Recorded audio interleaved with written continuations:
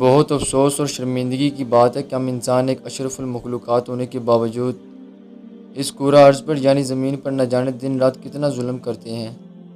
شاید ہم یہ زمین ہمارے لیے کوئی معنی نہیں رکھتی، کیونکہ ہم جب چاہے اس زمین پر کچھ بھی بنا سکتے ہیں اور اس کو نقصان پہنچا سکتے ہیں۔ ہم اس پر آلودگی کے ڈھیر لگا رہے ہیں، پانی کو ہوا کو آلودہ کر رہے ہیں، جس کی وجہ سے بہت سی بیماریاں جنم لیتی ہیں۔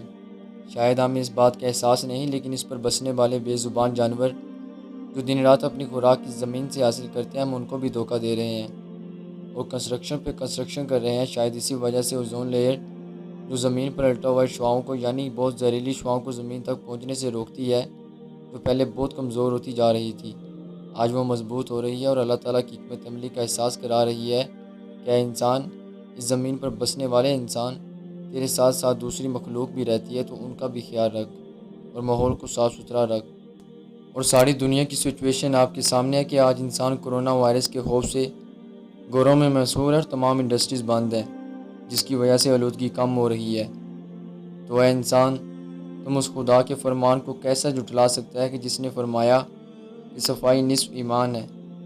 میری تمام انسانی سے درخواست ہے کہ ماحول کو صاف رکھیں اور اس بارگاہ میں التجا کریں کہ اے اللہ، اس وبا سے تمام انسانوں کو محفوظ رکھ۔ آمین۔